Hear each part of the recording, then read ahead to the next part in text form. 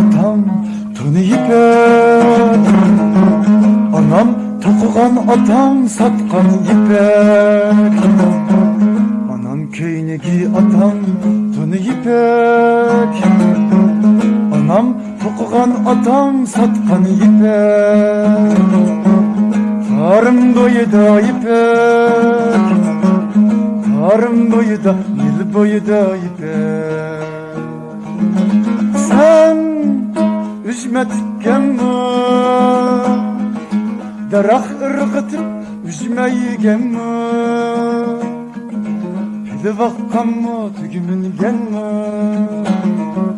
bulan bilen kervan başlar. Nukam talap ipek satkan mı, cihan kezgen mi? Sen ipektin libas kiygen mi?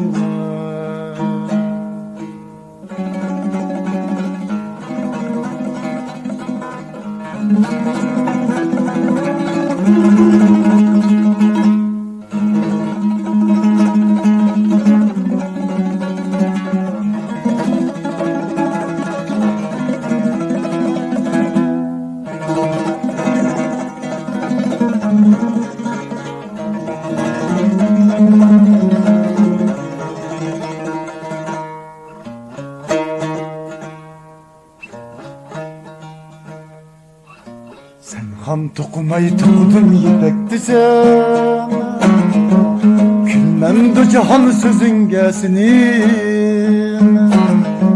Sen ham to'qimayı to'qidin ipek desem, külmemdi cihan sözünge sinim. Fakat bir günla körsen tügünü, onu mendin kandak yigensiz. Kandak taptın ipek yolunu, gelip bakmasan tarım koynuğa. Sen kandak geldin elinin boyuna. Sorunun tarihini Han Tanrı'dın,